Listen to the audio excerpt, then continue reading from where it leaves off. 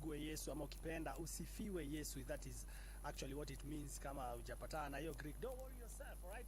This is Open Time where you listen and live on air. Right about now is afternoon switch. I'm your guy in the building. Kama kawa, kama K, all the way to 4 p.m. David King. And I believe we shall have a pretty good time. Conversation ambayo tulikuwa nayo before our guest walk in, tutamuuliza yeye ndio atatuwindia up that conversation.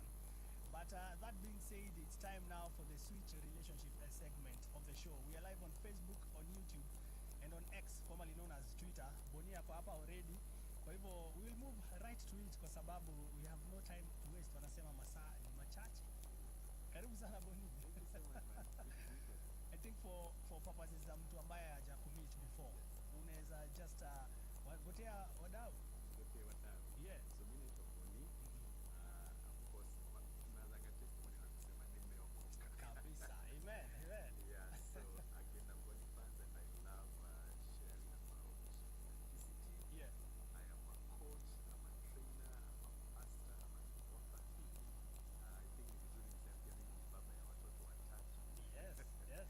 Niko na bibi mmoja, a female lady who is my wife. Unajua siku hizi lazima uspecify. Lazima. Yes. Gender pia. Gender pia lazima useme pale clearly. Yes.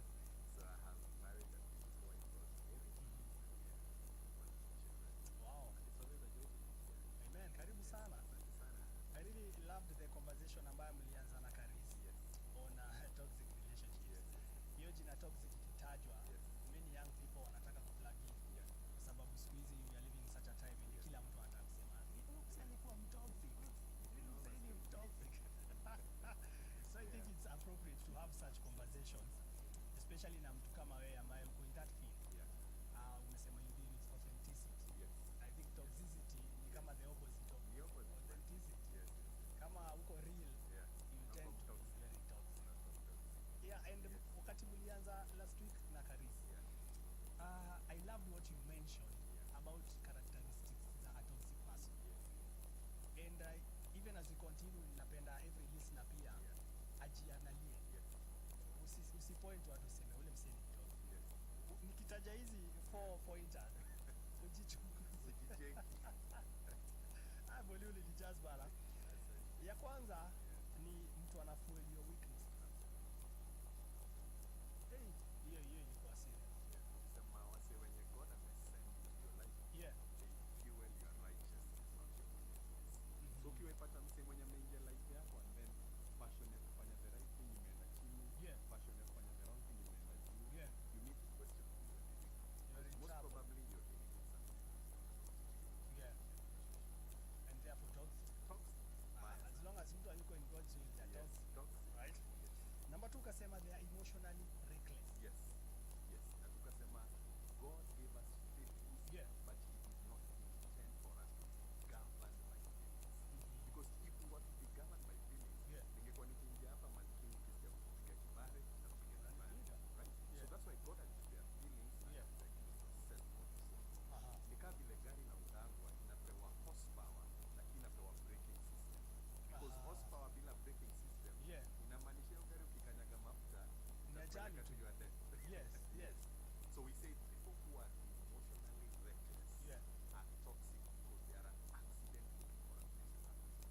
Wow. God has been designed in such a way that the more we become like Him, the more we have emotions, but we are not governed by those emotions. Number 3 ukasema another quality ama characteristic ya a toxic person. They actually fuel your irresponsibility. Absolutely. Wanakupush kuwa irresponsible. Wanakupush to are irresponsible, blame, who make excuses. Yeah. In other words, wanna fragment your character infrastructure. Right? Unapata msi akiingia kwa life yako, Yeah. instead of taking responsibility about things that you need to change, Yeah. weaknesses that you need to solve, Yeah. unapata pale manze umeanza kuwa na ma-alibis mingi sana. And that's why Bible husemanga hivi, that better are the wounds of a friend than the kisses of an enemy. Kwa sababu ya nini? The kisses of an enemy actually fuel your irresponsibility. Unapatanga ule msee, the moment unakuwa irresponsible ndo anakuklapia, and then it appeases your ego, and then ego yako ikienda juu unaendelea na hiyo path ya irresponsibility. And so we are saying that a true friend will not fuel your irresponsibility. They will confront it. Yes. Na saa zingine utajam. Unajua saa zingine tukiconfrontiwa juu ya irresponsibility si ujam. Na ukapea na example poa sana pale ya Jezebel. Yes. Hey, Yes. Most of the time Yeah. watu angalia Jezebel tu na macho ya witchcraft na sorcery. Hawakuangalia she was a toxic person. Absolutely. Saa zile Ahab anafanya vitu hafai kudu ndio anampigia makofi pale. Alright, before to get to number 4, pale kwa live ya Facebook, ya YouTube na ya X, I think mmeniona nikipita hapo, kuna watu nimeona wakisema sound iko chini, lakini sasa hivi wamesema sound iko sawa. Alright. Thank you Kim Chege for saying that, pamoja na Miria Karani. Yanne Boni ukasema watu most of the time, actually not most of the time, ukichunguza poa, they have a culture of dishonor. Absolutely. And honor is the proof that you're maturing in how you handle relationships. Ukitaka kujua msea na grow in relationships, they are growing in learning to honor people of all contexts. Old people, young people, children, whatever kind of people they are, analaningi kuona wasi. Na ningependa nisome scripture moja by the yenye ina summarize hizo categories zine zenye tulibonga. Ukistudy pale 2 Timothy chapter 3 verse 2, inatupatia something very interesting about toxic people. Na ningependa nisome, inasema people in the last days will be lovers of themselves. Na nikisoma hizi vitu utacheki hizo characteristics zote tumesema. They will be lovers of money, boastful, proud, abusive, disobedient to parents. You inaongea story ya dishonor. And then ungrateful, unholy, without love, unforgiving, slanderers, without self-control, not lovers of good, treacherous, rash, conceited, lovers of pleasure rather than lovers of God, having a form of godliness but denying the power. The next part of your verse ndio inanistuaga, inasemaga have nothing to do with such people. God amesema categorically, ukiona hizi characteristics ndani ya wase, unawatoka teke. They are toxic. We hepa. Because poison, the best way to deal na poison ni kuiavoid. Because even having poison where you are is dangerous. And that's why by the way tukiendelea, there's something I will want to distinguish. Ndio pia, unajua hii generation tuna branding kila mse toxic.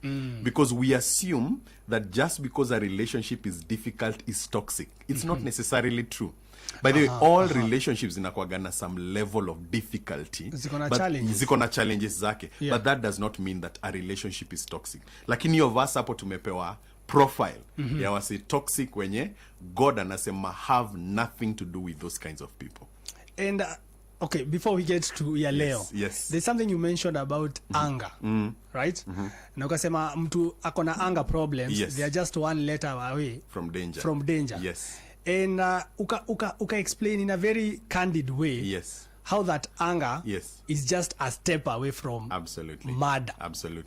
And wakati uliquote story ya Cain, and I thought about it, na niko like mtu Karis was mentioning here that watu who boast on how mi ujam buda nikijam naweza korofisha bro.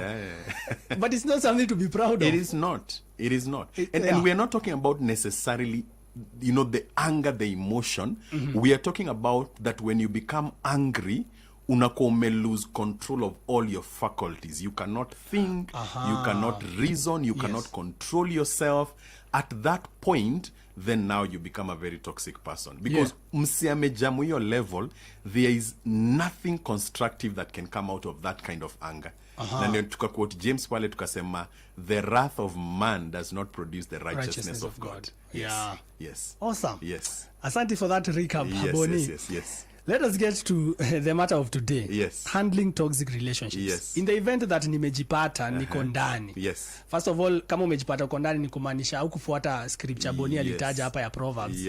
Ya kwamba a wise person akiona noma anahepa. Anaioneaga mbali. Okay, so wacha tuseme uku hepa, uko ndani. Mungu atakuhurumia. But now how do we handle that? Tuanzie hapo Boni.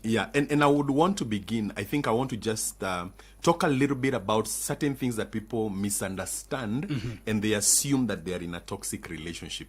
Because there are times we face difficulties in relationships that are supposed to help us to grow. Right?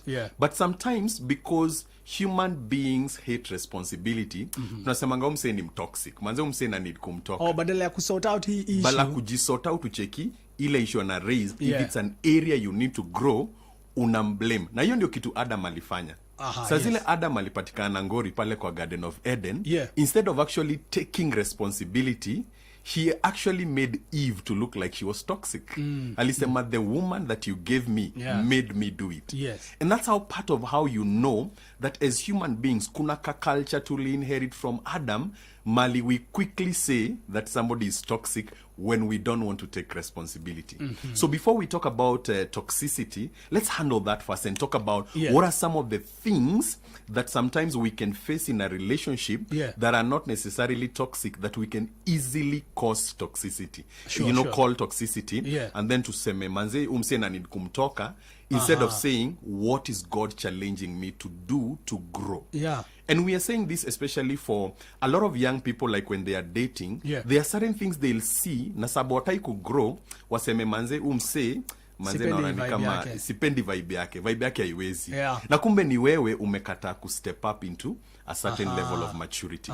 So there are 4 things that are common about all relationships. Niliambia wadau, by the way, get your pen and paper. Boni akiwa in the building, you better be sure uta learn something.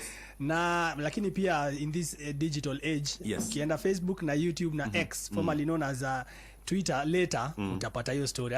Number 1, Boni. So number 1 thing that we must know that is common to all relationships, that are authentic, that are genuine, that have the right anchoring in God, is that all relationships have disagreements. Na just because nime disagree na we man Karis does not mean you're toxic. It could only mean that vile unacheki a certain situation na vile mi naicheki ni different. True. The thing that points to toxicity is not disagreement, it is dishonor. Ni saa zile tume disagree na we and then naanza kukudishonor, that's another story. Rather than take care of the problem. Rather than take care of the problem and also appreciate your perspective. Na nilipeana story hapa nikasema, earlier when we were getting married, you know, ile umeget mdem unamdate and then you know mabeste zake wanapeleka ngoma high end and then huwezi afford. So I remember there is a season hapo tulikuwa na to disagreement kiasi na mpoa wangu permanent who is now my wife, because alikuwa na feel manze na need kumpeleka place fulani na mimi namshow mimi kulingana vile niko in your level na feel niko. So we had to disagree because we were perceiving a situation in different eyes. And so when people disagree, what should happen is not to call the other person toxic, is to try and understand their point of view. Right? Because usipo understand point of view ya mse, you will keep calling them names of wild and domestic animals kwa sababu wewe umekataa ku-expand understanding yako. Right? So lazima ulearn that disagreements are part of relationships. And disagreements are opportunities to grow in understanding. Amen. By the ukiwaipata msi amjai disagree naye, amjuani vipoa bado. Because of part of kujua na vipoa ni kudisagree. Ni kukua pia kuelewa their differences. Absolutely. Na kujua tu msi yako na mind independent, they don't have to see things the way I see them. They can see something differently. The same one as I say, when you see a glass that is half full and I say it's half empty, tumesema the same thing, but we are looking at it with different perspectives. So disagreements should not make us label people as toxic. And in our generation, I see a lot of people making that mistake because they don't see the opportunity ya grow. So nikidisagree nawe nasema, manze, David King ni hawezi, vibe yake haiwezi, umse yako chini. So you find that if you cannot handle disagreements, you cannot grow in relationships. So nataka wase waelewe hivyo. Hiyo si mambo ya toxic hapo. Kama una checking time ya election vile wase wagawa toxic just because una support mse fulani, mse mwingine support mse fulani, so mna create beef out of a difference in perception. Na manze mnaifuel, mnaingia pale mtandao, mnarushiana maneno, unafind mmekatiana. I remember one time I was working in the government and in a certain office, so ilikuwa wase wanapasiviwa, wasapere wana support mse fulani, na wase wengine wana support mse fulani. So alikama kani brand hivyo, nikamshow, by the way, you don't even know who I'm supporting. You're making an assumption out of your own blind spot. So nataka wase understand disagreements are a part of growing and seeing the world differently. You're number 1. Number 2 thing that is a part of relationships is disappointments. Hakuna relationship inakuwaga happy all the time. Hakunaga. Si honeymoon stage forever. Hakunaga. Yeah. By the way, ukiona relationship kona honeymoon mob, Yeah. bado kuna mse hapo hivyo anachezea mwingine rough. Hajakuwa mreal. Yeah. Because part of being real is that you will find out something about the other person that disappoints you. Right? Something that you don't like. Yeah. I remember when tulimariana na wife yangu, and I love reading, and sometimes when I'm reading I can put my books everywhere. So wife yangu alikuwa anachukua hizo books anazipanga vipoa, and then kidogo anapata Umeweka kila mahali. Kuna rabsha, unasikiaga rabsha, Kuna rabsha. Nishatoanisha book, nimeiweka pale. So you see, if we were dating and she was seeing the good side, Yeah. and now she cannot handle the disappointment, it means that it can destroy the relationship if she doesn't step up. Na mimi pia kuna vitu nicheki ndani yake nikarealize, mresh nilikuwa naona hivi, lakini sasa kuna Yeah. In fact inasemekanaga in every relationship, Yeah. there will be 80% of what you want and 20% of what you don't want and cannot change. And in a cannot person. change. And cannot change. Yeah. So ukiendelea kufocus na hii 20%, you will make somebody look bad sababu na ignore the 80% that is working. Yeah. So disappointment is part of relationships. Yeah. And especially if they are parents, and I know unafanyanga show ya mateens, Yeah. If you're raising teenagers, Yeah. part of what you will encounter ni disappointments. Yes. Kuna time manze utaambia mtu afanye hivi, amefanya hivi. It does not mean that child is bad. It means that part of the relationship is that you will face disappointments. Wezi brand sasa mtoi wako useme huyu ni mtoxic, mtoto ni mtoxic. Yes. Umtoi askiangi. Yeah. Na hivyo ndio kitu, and even me, I'm a parent of a teenager. Sometimes there is that temptation, Mtu amefanya kitu, maybe ameenda amechelewa place. You take that and you make a mountain out of it, and then now the relationship becomes toxic. Yeah. Unapata mmeka for 3 weeks ambongeshani na mtoi just because you could not manage a disappointment. And by the way, when a disappointment happens, it exposes the quality of attitude you have. People who have the right attitude manage disappointment faster. People who have immature attitudes, situation hapo. Yes. Yeah. Wanaanza kuwa na resentment, wanaanza kuwa na bitterness, kwa sababu wamekataa kubounce back haraka because hawaja understand part of relationship is disappointment. Even for us as believers, there are times una expecting God atadu kitu time fulani. Manze God ana take time. Take time. Kama pale John 11, Saa zile Mary na Martha brother wamekuwa msick. Ungekuja mapema. Na Jesus akajua hiyo story. Hiyo story ilimfikia on time, lakini akapiga shughuli yake. Can you imagine the disappointment they were feeling by the delay of this guy coming? Baka kadai 4 days manze. 4 days. Ndio anatokelezea. By the time wanamchekia kikam wanasema manze ungekam mapema. That was disappointment speaking. It was disappointment saying manze we msi hata unaga sense of time. Na tena alikuwa rafiki yao. Na alikuwa friend yao. Yes. So friendship does not insulate you from disappointments. And that's one of the things we need to appreciate, that just because somebody has disappointed you, haimanishi Jesus alikuwa mtoxic kwa sababu alitoka hawa say ile time walimu. Martha na Mary sasa waseme umse sasa hata ni master, ni teacher mgani huyo anasemaga ana contradict zile vitu ana teach. So disappointment is part of relationships. And by the way, kama utaki disappointments kwa life, tunafaa tu tukutafutie island yako, tukupeleke huko ubangaizage huko peke yako. Because for so long as una relate na wase, you will face disappointments. Even with your employer, with your brothers, with your sisters, with your mother, with your father, there will always be seasons you of can even disappoint yourself. Absolutely. Una set magos wezi meet. Unapata manze uzimitingi. So you see, if you don't learn to manage that disappointment, then you will live a very miserable life and you will have very miserable relationships. So one of the things that happens, like now tukikatiana na wife yangu saingine si ukatiana every once in a while. Ananikumbushanga by the way, part of marriage ni kuna times za kukatiana. Na imaanisha mpendani. Haimanishi that the marriage is not destined to work just because there is a disappointment. It actually means that it's room for you to grow. Ya tatu is a very interesting one. It's the dynamic of unmet expectations. Because there is no relationship that can meet all your expectation. Akuna. The only relationship that we can actually put in that category is our relationship with God. But every other relationship will not meet all your expectations.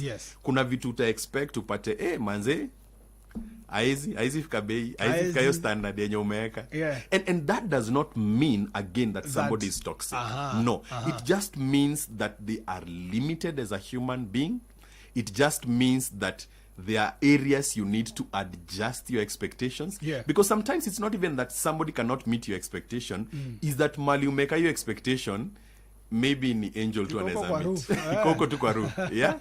For example, there are people who imagine, and I tell young people a lot this, because sometimes young people can imagine that marriage is a sexual fire extinguisher. Yeah. Where once you get married, you know, all your sexual temptations will be solved by one act of putting a ring. Yeah. And you forget that there are times that you're not even maybe close to your spouse, maybe you may travel.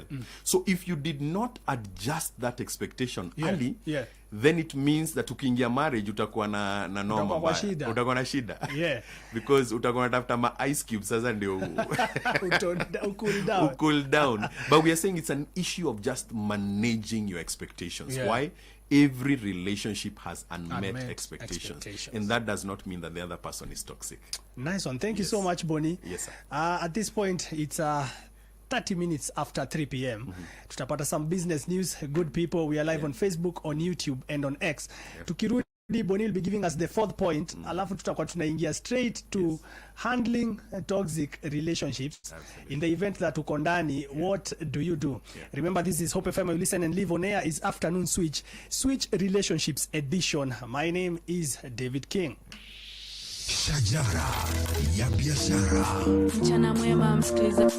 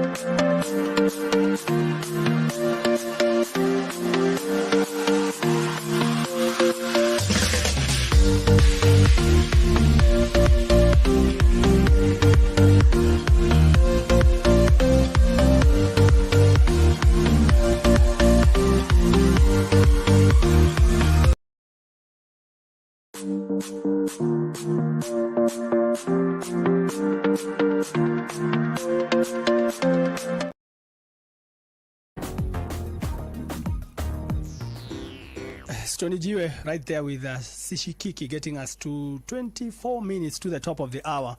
This is the afternoon switch. My name is David King on Hope FM, where you listen and live. 93.3 Nairobi, 93.9 in Nakuru, 101.9 in Mombasa. Na nikasema if you're listening from any other part of God's green earth, www.hopemediakenya.org. Right about now, tuko on the switch relationships segment. Tuko live on Facebook, on YouTube, and on X, formerly known as Twitter.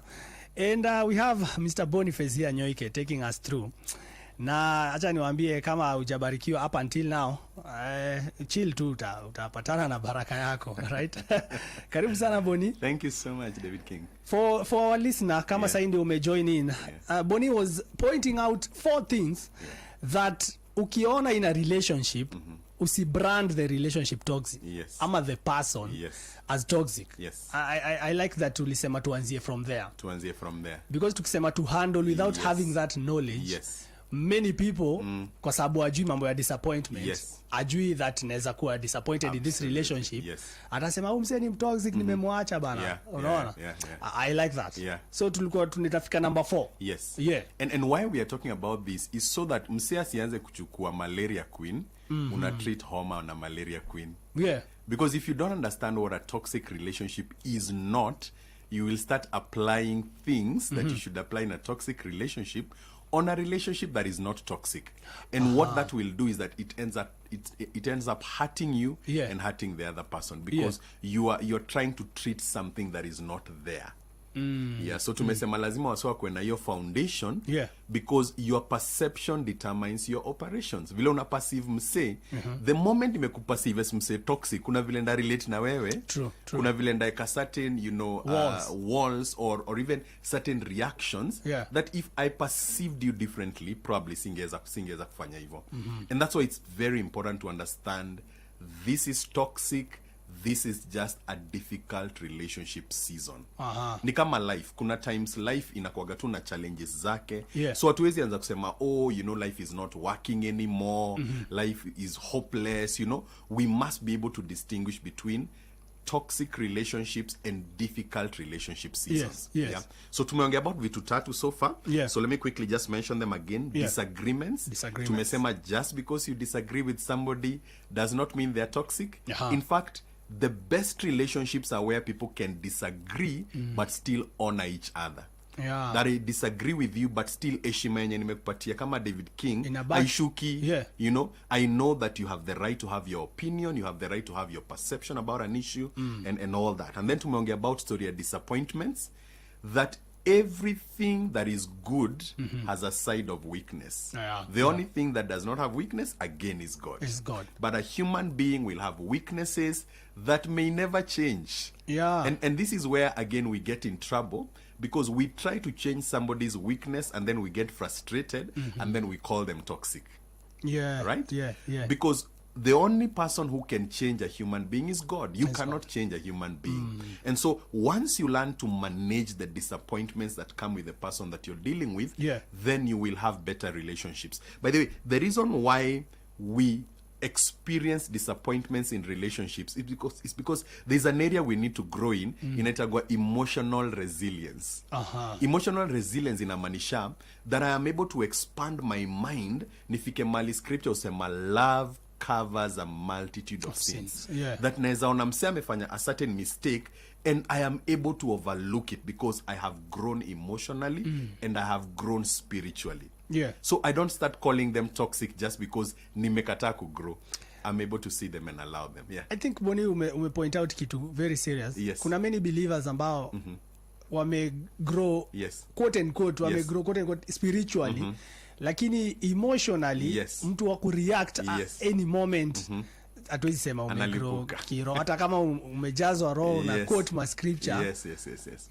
Kama una ability hiyo ya kucover. Absolutely. Na ukiangalia pale 1 Corinthians 13 and especially watu wenye tuko church, these are very significant conversations.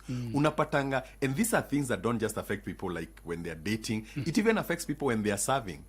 That ukiserve na mse una find huyo mse akikudisappoint unaanza kumbeba, unaanza kukuwa na mabeef zingine zenye alizieleweki. Sitaimba na yeye tena. Sitaimba na yeye tena, sitafanya show na yeye tena. You know those kinds of things, And sometimes it is God giving you an opportunity to have what is called emotional elasticity. Kuku expand. And that's what Galatians chapter 6 is all about. And chapter 5 and chapter 6. Mali scripture inaongea about the fruit of the spirit. Is love, patience. Hizo vitu zote. I cannot be patient with you kama ujafanya kitu yenye meni provoke mali na need kukua patient na wewe. Because patience haikujagi naturally.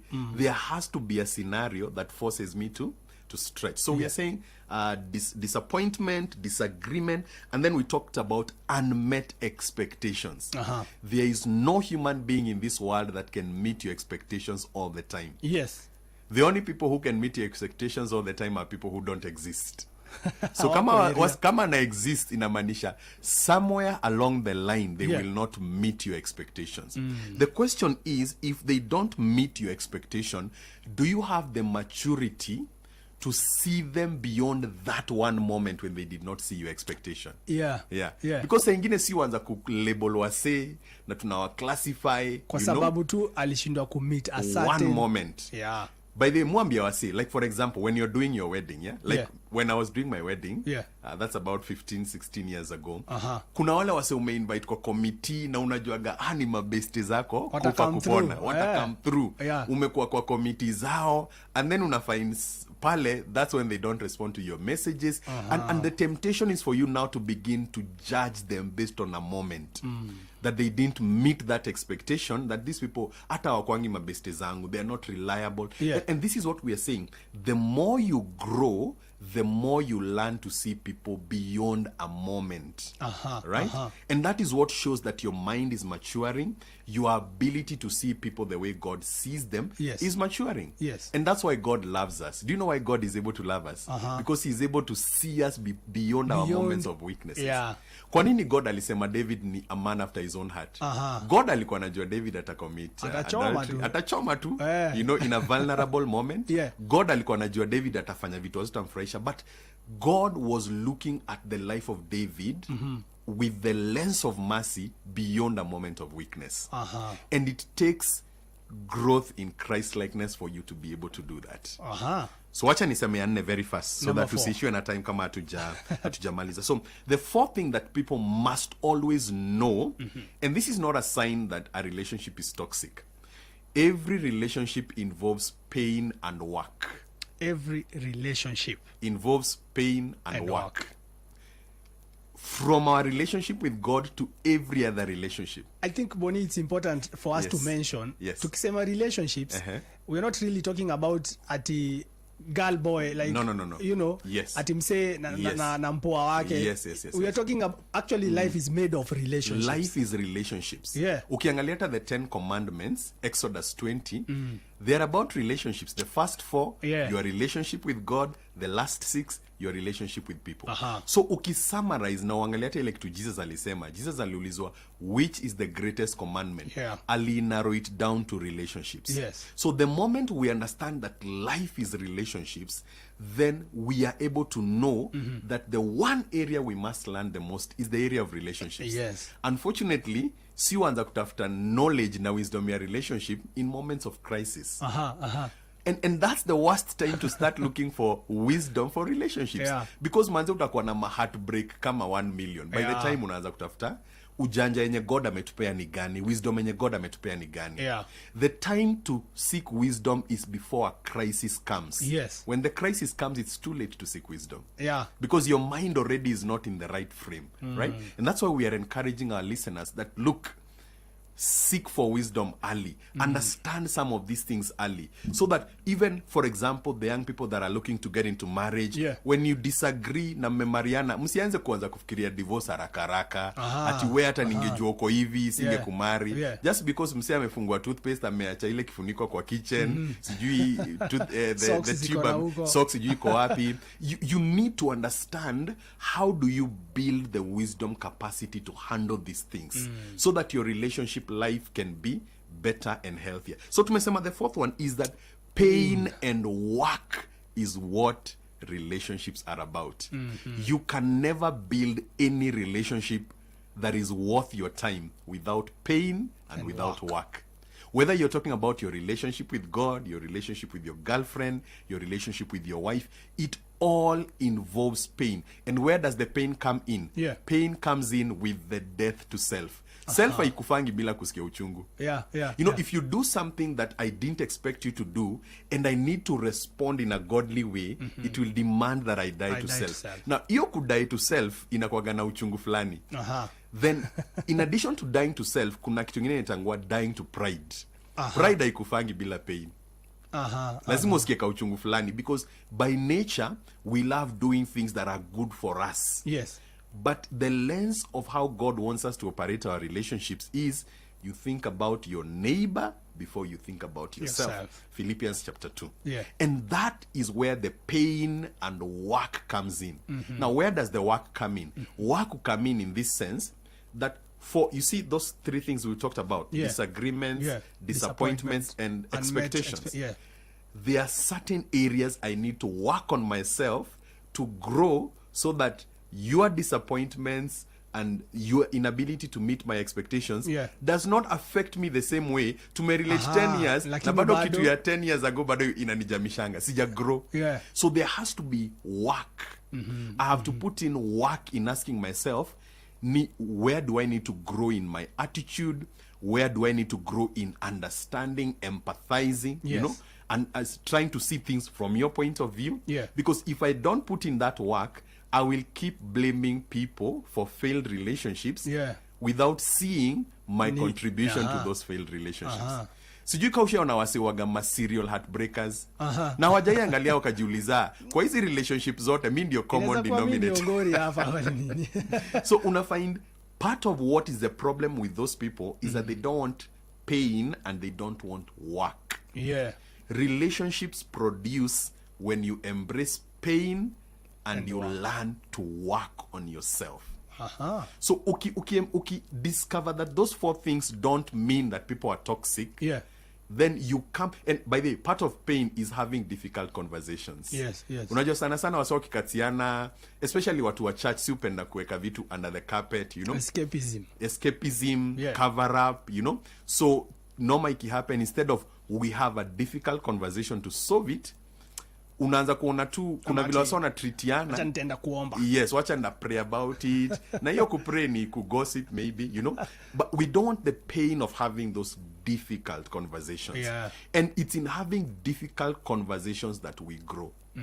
We don't grow when our relationships are built on nice, rosy conversations. It is those hard conversations. Yes. You know, questions like, by the way, I feel like you have an issue of pride. Can we talk about it? I feel like there's an issue of you are a negative person. Yeah. Can we have a discussion about this? Yeah. You know, Yeah. I feel like there's an issue of you are lazy. Can we have a conversation about this? So see wanza ku cover up and trying to assume that things will solve themselves out. Here is the thing. Relationships don't work themselves out. They are worked out by pain and by work. Yes. Haya, Boni. Hapa very quickly naona Yes. Man Karisa anasema being blessed. Sijui ako tuned in from which part of God's green earth. Yes. Big of yourself, Man Karis. Enoch Misango, I think, anasema getting you loud and clear. Joseph Kuria anasema very true. I like how wisdom is flowing through the man of God. Tuned in from Amsterdam Households Kamukunji. Mmoja hapa Boni anauliza swali. Yes. Before hata okay, Before acha tuendelee. to handle hii. Sawa. Hey, please ask Boni, Yes. if someone cheats on you Yes. and he claims he's from a polygamous family, what should I do when I don't want divorce? So that is where we are saying difficult conversations need to happen.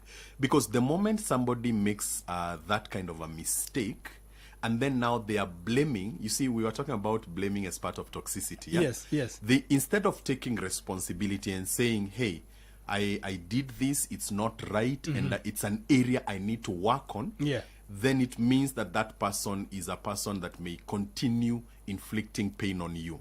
So what you want to do, Jesus said it this way. Ukiangalia pale Matthew chapter 5 and chapter 6. Yeah.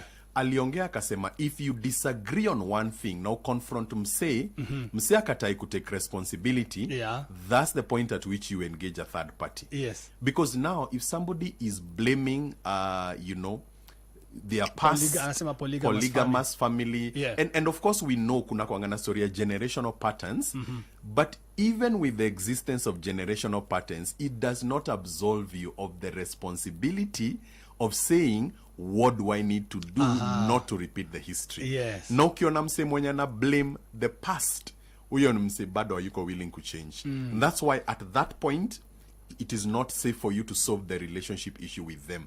Bring a third party. Yeah. That could be maybe their best couple, or a counselor, Yeah. or a pastor, or somebody who can help the two of them to see the issue objectively. Because here we have somebody who is hurting because they were cheated on. Yes. Here we have somebody who made a mistake and they have not taken responsibility. Yes. And that's not a very good space to be in.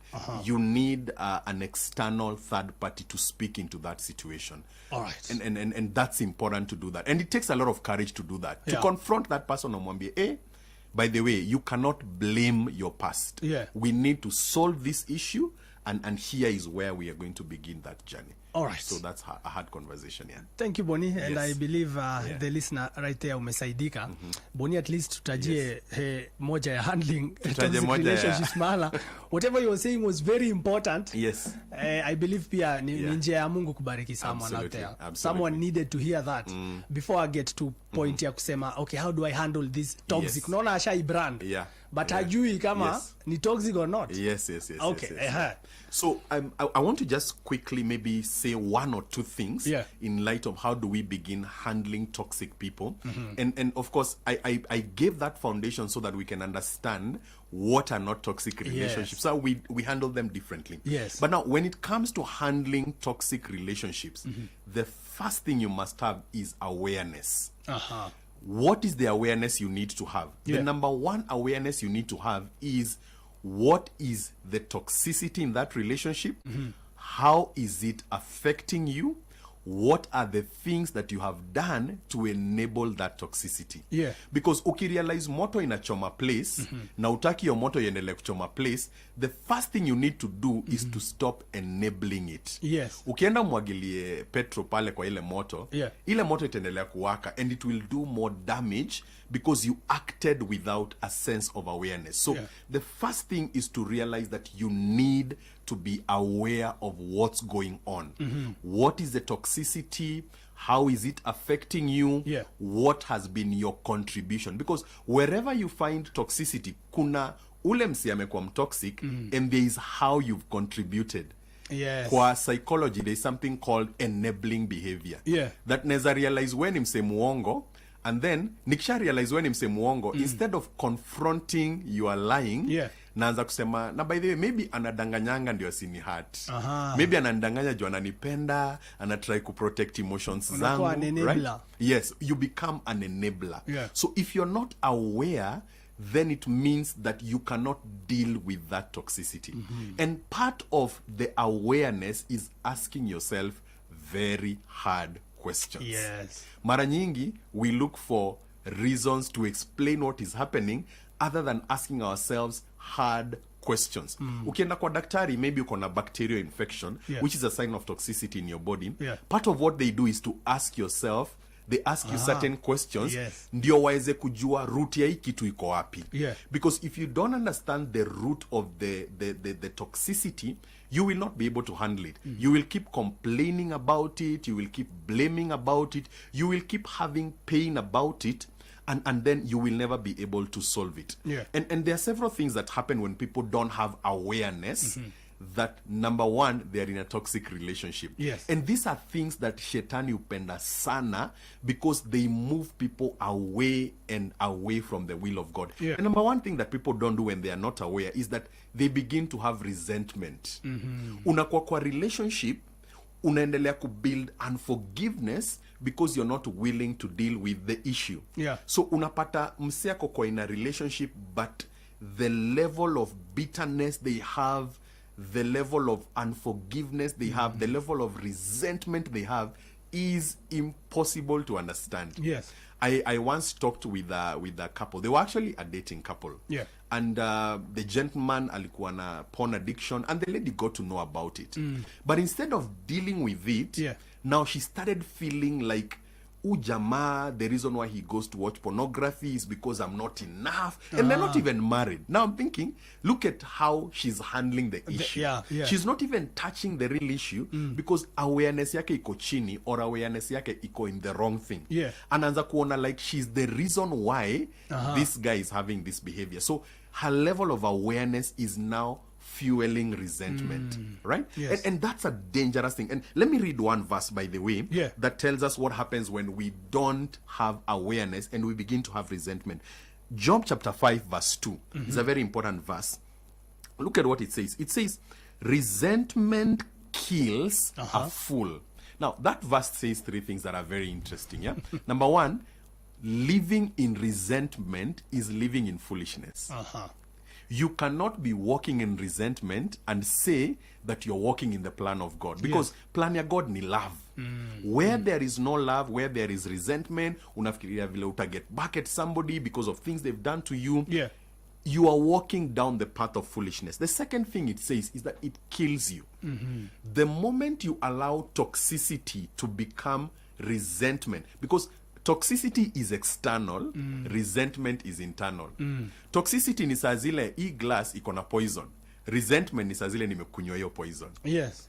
And kuna mse alisema something very interesting, that drinking poison and expecting somebody else to die ni kama kukataa kuforgive mse and then una expect itamuaffect. Yeah. Unasahau ati wewe ndio itakuaffect.